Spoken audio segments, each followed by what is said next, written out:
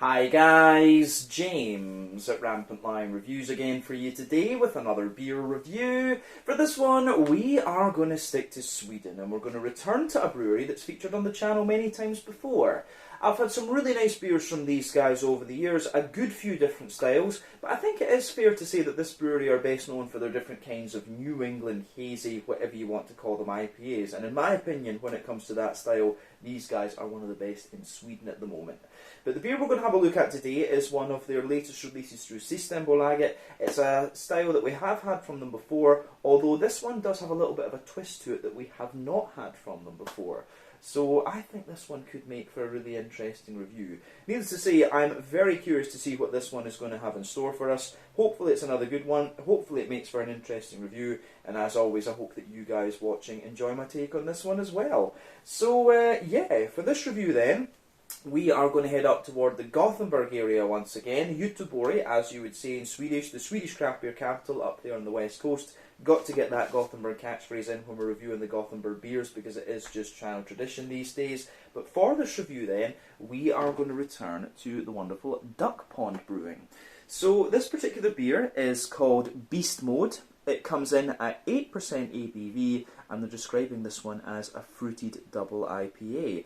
So yeah, this beer has black currants added into it. From what I understand, it is a Citra Mosaic hopped double IPA, but yeah, a little bit of black currant added into this one, which should be very interesting. This is the first fruited IPA that we've had from these guys. We have had a number of fruited sours from them over the years, which have always been pretty damn good actually.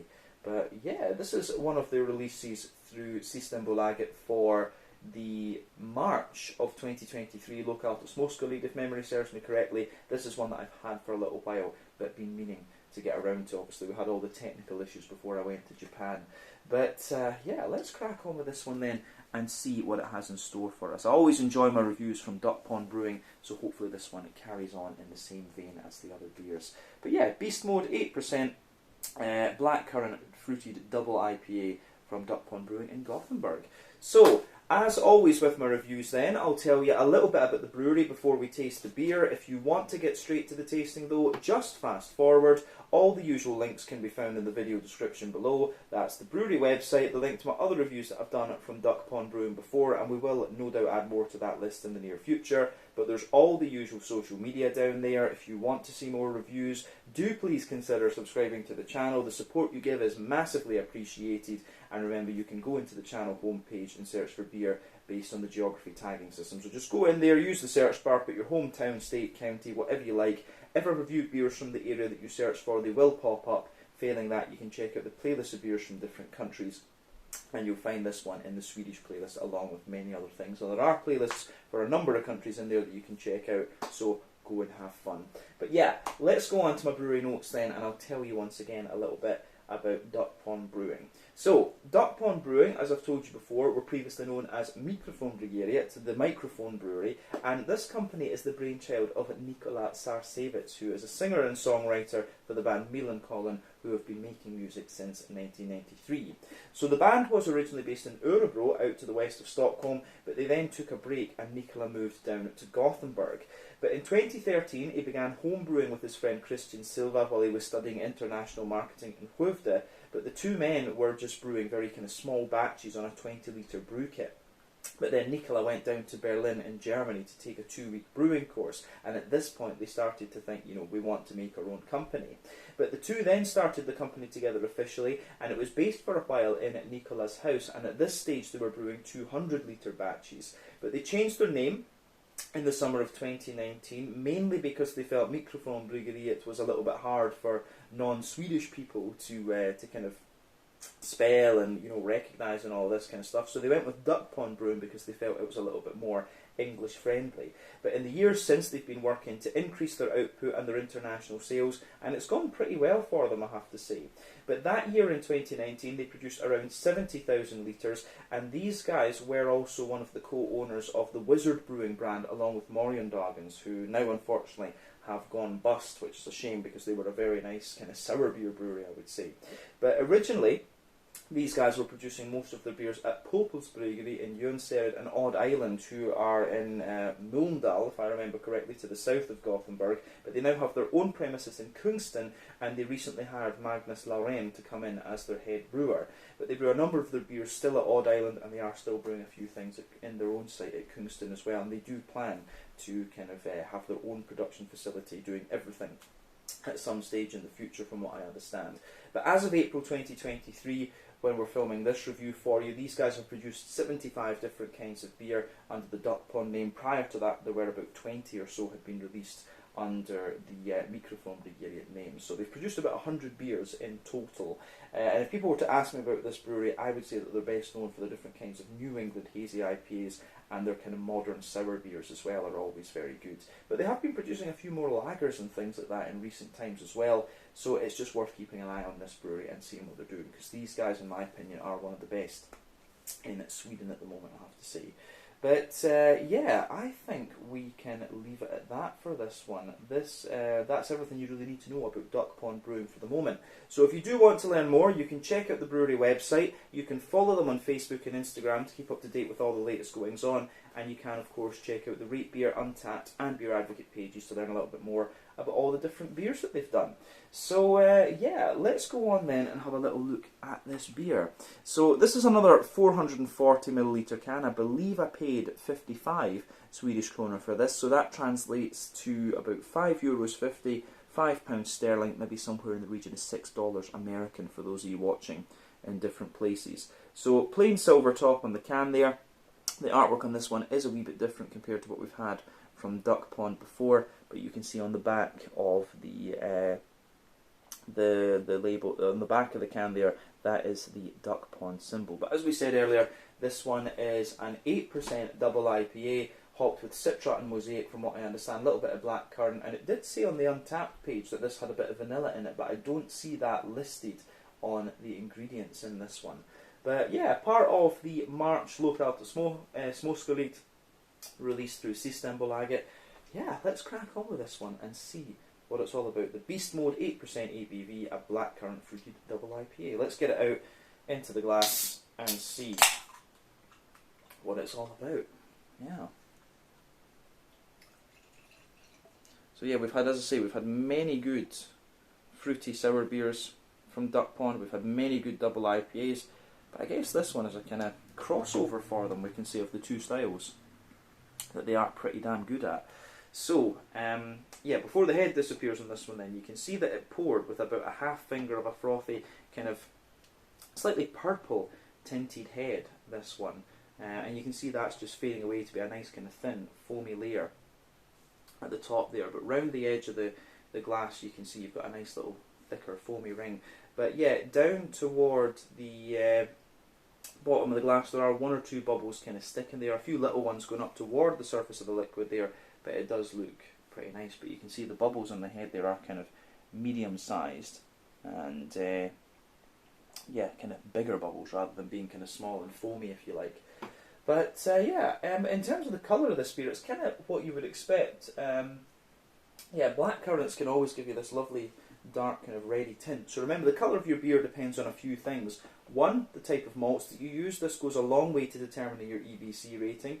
Two, length of your wort boil is also going to play a role, because the longer you boil the wort, the more the sugars caramelise, and thus you get a darker colour of beer. But any barrelation that you do or adjuncts you put into the beer will affect the colour as well.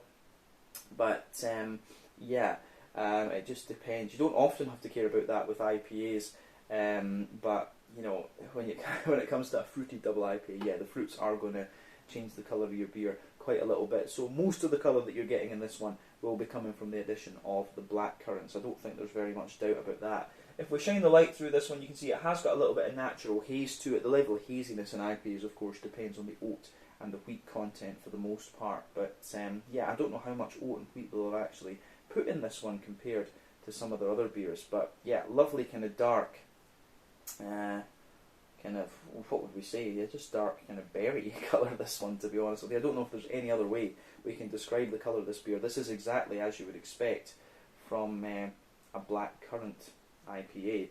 So yeah, I don't think we need to say anything more about the appearance of this one. Let's have a wee look at the aroma and just see what it's all about. yeah, it does smell quite nice.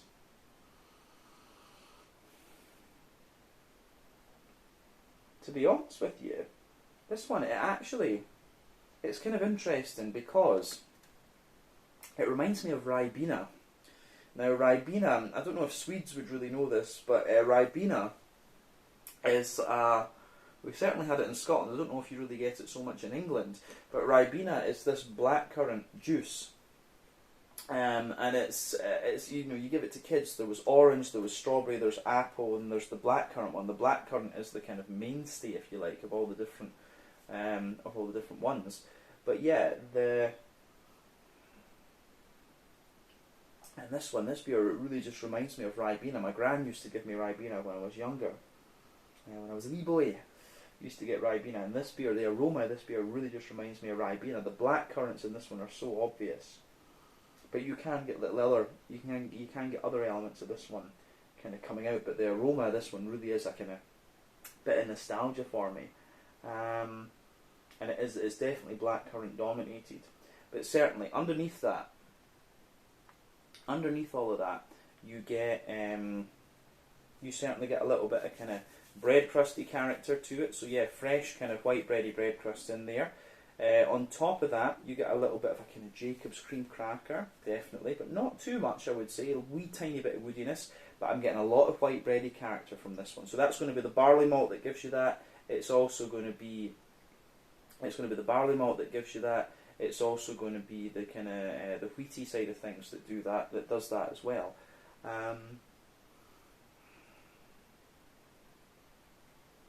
So yeah, the way everything goes together in this beer, I have to say, is pretty nice actually. I really like how the aroma of this one goes together. You do get a little touch of like a Werther's Original butter candy butterscotchy note in this one, but of course it's kind of drowned in the black currants, I would say. I think the highlight of this beer is maybe not going to be the aroma. The aroma is a little bit more of a kind of quirky and unusual one compared to what we've had from Duck Pond in the past, but it's still quite interesting. And it's really not that often that you get fruit IPAs these days. I remember trying a couple from To'ul years ago, but the fruit IPA is really not such a popular style. The fruity beers have tended, the kind of more fruited beers, if we can call them that, these days tend to be more Berliner Weisses and Goses, Nordic sours, smoothie sours, all these kind of things, which I do really enjoy. But this will be quite interesting for sure. Other than that, I don't really know if we can say much more about the malty side of things, the malty and yeasty side of things in this beer. Yeah, on the hoppy side of things, there's a little bit more of a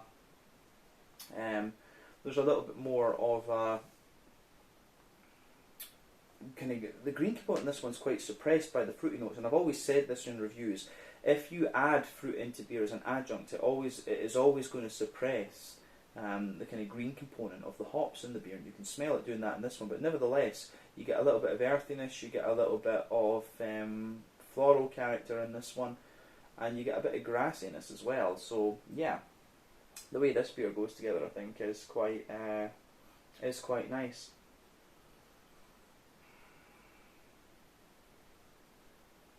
So yeah, definitely a bit of grassiness, a bit of floral character, and a little bit of earthiness, but it's all quite wet, I have to say. The way that everything goes together in that regard is quite interesting, because it's you can smell like it's a wet grassy component, but the berries are just pushing everything back.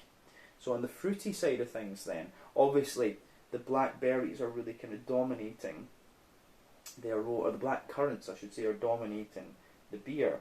But you certainly can get a little bit of you certainly do get a little bit of the kind of, you can smell a little bit of the mango from the Citra in this one, and Citra's a hop we know very well, of course. 14% alpha acid, American, lots of mango. It's lemon limey character in New England IPAs, a little bit more of a lychee gooseberry thing in West Coast IPAs.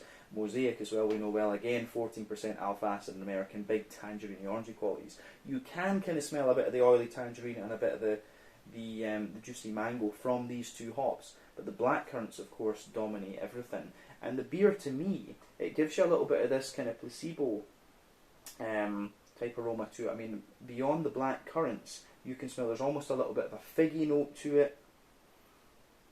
You've got a little bit of figginess in there. You've got a wee bit of candied strawberry, a little bit of a sharper blackberry as well. All of these things are kind of coming to mind as well. But yeah, it is all about the black currants. And for me, one of the things I would always say about the flavour of black currants versus blackberries, I've always found that blackberries are a bit sharper, whereas black currants are a bit more kind of smooth and oily in their flavours, if you like. But aroma-wise, this beer really is pretty interesting, I have to say. I don't think I've come across a beer that smells quite like this one in quite a wee while, I have to say.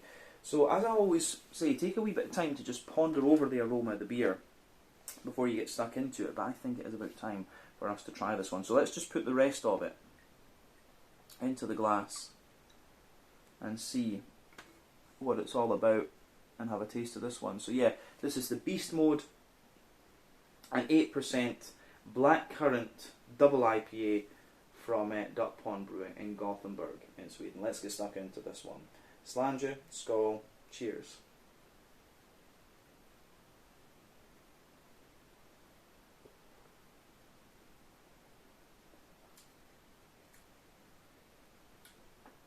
Yeah.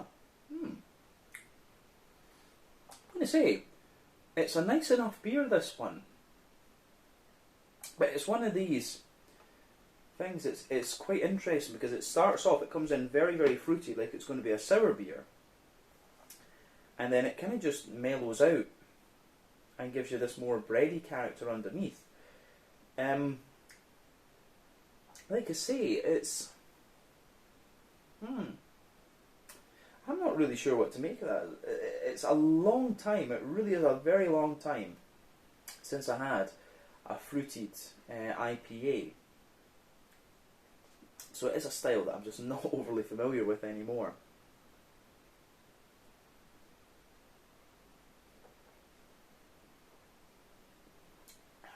But this is nice, actually. I really like the blackcurranty flavours you get out of this one. It's a nice beer and it's enjoyable to drink. But I think if I'm comparing this to the other things that we've had from Duck Pond Brewing in the past, it is a kind of hybrid beer, this one, but of course it's maybe not as striking as some of the New England hazy IPAs that you're going to have from them, or the fruity juicy sour beers. It really is kind of somewhere in the middle. It's almost like, the way I would interpret it is that it's almost like a slightly toned down version of one of the sour beers. Like, it doesn't have the kind of big creaminess and fruitiness and things that you would expect of one of the fruity sour beers. But yeah, you start to get more and more of the IPA character out of this one the further into the aftertaste that you go. So yeah, that's interesting, definitely.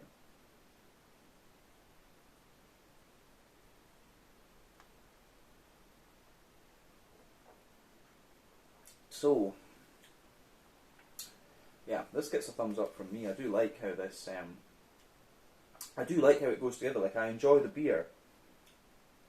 It just takes, it's maybe me being a bit over analytical of it, but it just takes a wee bit of time to kind of wrap your head around what this beer is actually trying to go for.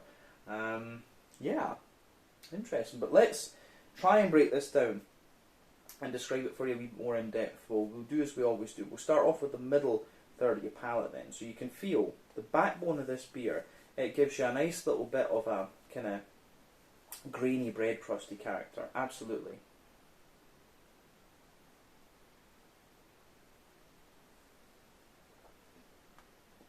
Further forward on that middle third of your palate, you have a little bit more, you do get a teeny bit of woodiness out of this one, and there's a teeny little bit of cracker there, but above the bread crust, for me, it's more about like a kind of wet,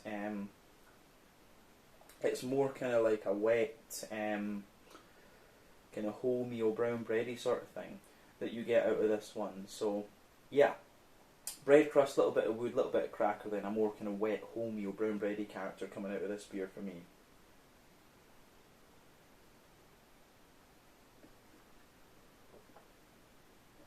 So in terms of the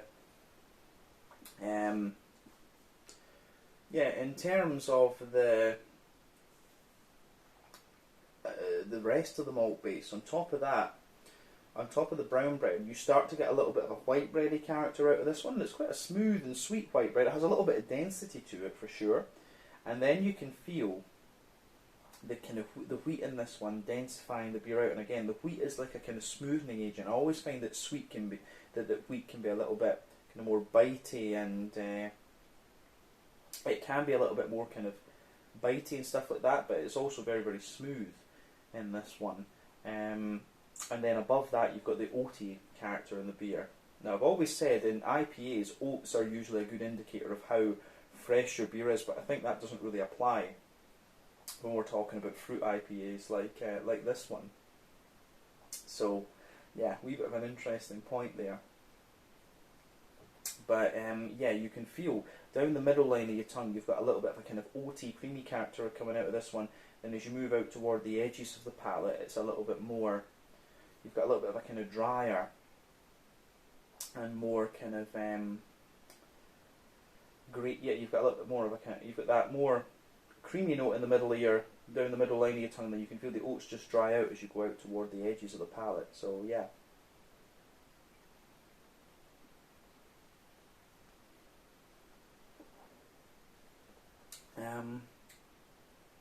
Yeah, it's quite interesting. On the fruity, on the kind of how do you say? On the above that, you do have a little touch of a kind of sweetness. The oaty, I actually find the oaty character and the dryness of the oats lingers into the aftertaste a little bit, but you'll find that in the dead centre of your palate, there's a little touch of a kind of sweeter character coming out of this one. So you can feel there's a little bit of that Werther's Original butter candy, butterscotchy sort of thing. And as you move out toward the edges of the palate, it kind of dries out a wee bit. So yeah, a few layers of flavour in this beer, I would say.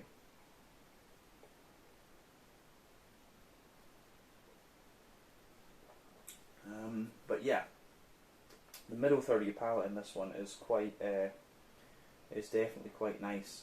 I just like how it's all so layered and builds up. But I think we've said everything that we really need to about that.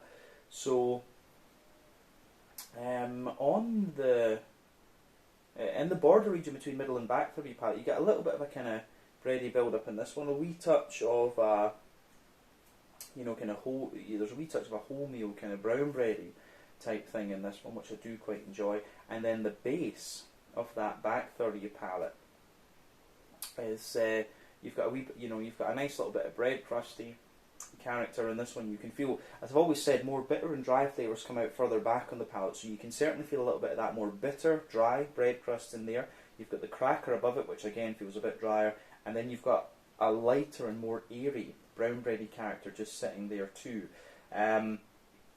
So yeah, a little bit of a more airy, dry brown bready character. Then you've got the white bready notes above that, which feel a bit lighter and a little bit more airy, but still there's a wee touch of density to them. You can feel the wheat above that. The wheat is giving you a little touch of bitiness on the back third of the palate, and then above everything else, you have a wee bit more of a.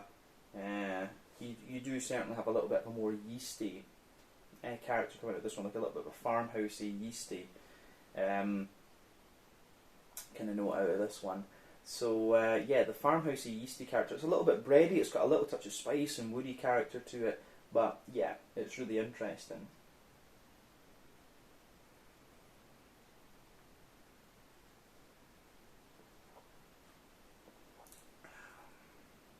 So yeah, the way that goes together in this beer is quite nice. Yeah, that little bit of farmhousey, yeasty, bready character sitting above everything else. A little bit of honeycomb in there. I always get honeycomb on the top of the back third of the palate in many of these beers. I don't know why that is, but it's just my interpretation. But certainly back third of the palate, you can feel the flavour is taller, and as you come further forward into the middle third of the palate, it condenses down and squashes together that little bit more. So yeah, the way that goes together is really, really nice in this one. So yeah, gets a big thumbs up from me, the malty and yeasty side of this beer. Let's look at the hoppy side of things. Now, as I said earlier, when you add fruit into beer as an adjunct, it usually suppresses a good little bit of the kind of green component in the beer. You have to remember that. But in the back corners of the palate, you get a nice little bit of earthiness there. As you move further forward, you can feel there's a wee touch of herbal character, and as you push further forward, this beer gets gradually more floral, and there is a little touch of an almost spiciness there. But round the front curve of the palate, it's lighter and more grassy. There's a wee bit of zestiness, but you can feel that you can certainly feel that the fruity character, the black currants are suppressing the green component in this beer. Absolutely.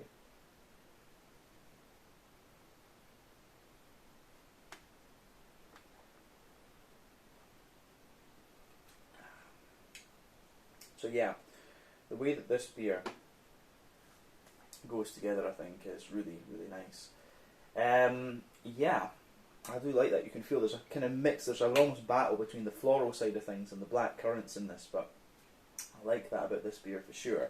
Let's look at the front third of the palate then. So the border region between front third and middle third of your palate, you've got a nice little bit of a kind of, you've got a little bit of a kind of bready build up in this one, a wee bit of a kind of, it's like the border region gives you a little bit of a kind of almost dry brown bready character.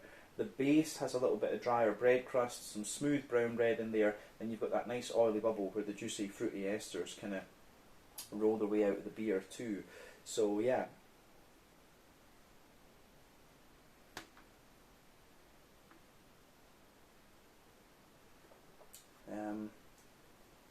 Yeah. So on the hoppy, on the fruity, on the hoppy side of the fruits, if that makes sense, it's interesting because you do, at the back of the front third of your palate, there's a tiny bit of grapefruit, there's a bit of juicier mango, and then in the front half of the front third of your palate you start to get more, you do get a little bit more of the tangerine orange. So the back half is the citra, the front half is the mosaic. But of course, you've got black currants in here and they sit on top of the fruity side of things and just like suppress everything. So you can feel, when you take the beer in, there's a little bit of a sharper, when you take the beer in, it has a little bit of a sharper kind of raisiny note to it, and it mellows out and gives you the more juicy black currant. But there's also, just behind the front tip of the tongue, you can feel there's a little bit of like a blackberry sort of character coming out of the beer too. So there's a whole host of things going on in this one which are quite interesting.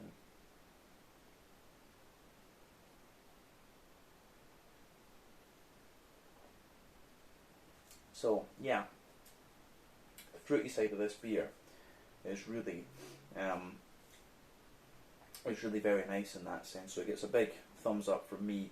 You can just feel it's like you've got the hoppy characters underneath and the berry notes sitting on top. And as I say, what you'll find is around the edge of your palate, the juiciness of the berries just kind of spreads there and suppresses the green component, but you can feel the more deep and dank hoppy characters just pushing their way out of this one. I'd love to see the brew sheet for this beer and the recipe, just to see exactly, you know, when they've added the hops and things like this, because this beer, I do wonder if this one has had a little bit more of an early addition hopping to it, because it has quite a lot of yeah, it certainly has quite a lot of kind of dankness and depth to it. So yeah, I do like how that goes together for sure. So it gets a thumbs up from me in that regard. Yeah, I think that's everything we need to say about the flavour profile of this beer. Let's round off with a wee look at the mouthfeel.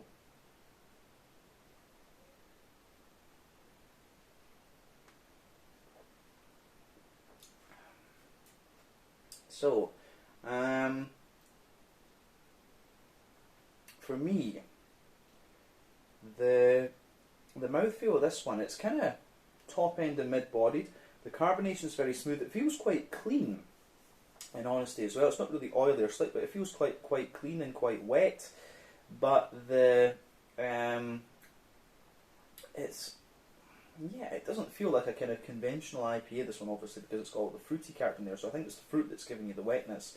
In terms of IBUs, it's a little bit difficult to pick out. I mean, my IBU count skill is one of my weakest points of beer reviewing, I have to say.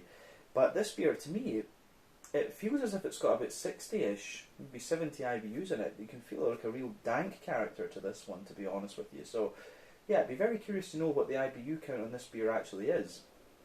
But on top of that, you've got a lovely smooth malt base in there, a bit of dryness, good little bit of smoothness in there, and a wee touch of sweetness. The hoppy side of the beer, we've talked about the dankness of the hops, but on the fruity side of things, you get the more oily hops from the more oily fruits from the hops themselves, and then you've got the fruity adjunct in there, which gives you a lot of the wetness and oiliness and stuff in the beer. But yeah, it's a really interesting one. This, it's quite. I mean, I've not really had many fruity IPAs or fruited IPAs, I should say. I keep mixing that up. Fruited IPAs over the years in a long time. I think Toll were the last ones that I had about 6 years ago, something like that. But it's an interesting beer, and that's what you want. You want things that are going to test your palate, and this one certainly has done that. But I think on top of that, it is a nice beer. It kind of feels like a hybrid of the IPAs that Duck Pond do and the fruity sour kind of things. But to be honest, I'm quite used to the IPAs and the fruited sours. Like having this kind of in between, I don't know if that is necessary in my mind. But there's nothing wrong with the beer. It's nice, it's enjoyable. You can't ask for much more than that in the beer world these days, and they have been good enough to try something different, which is always good as well. So yeah, I think we can leave it at that for this one. This was the Beast Mode, an 8% blackcurrant fruited double IPA with Citron Mosaic from Duck Pond Brewing in Gothenburg. An interesting beer, this one, and one that has tested my palate a little bit, which you always want after 3,700 beer reviews.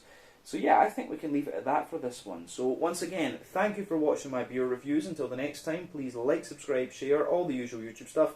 Let me know your own thoughts on this beer in the comments section below. Let me know what your favourite beers are from Duck Pond Brewing as well. And we will no doubt return to these guys again at some point in the very near future. But until then, Slange, Scott, cheers. Check out my social media, check out Duck Pond's social media, and I'll see you guys very, very soon. Cheers.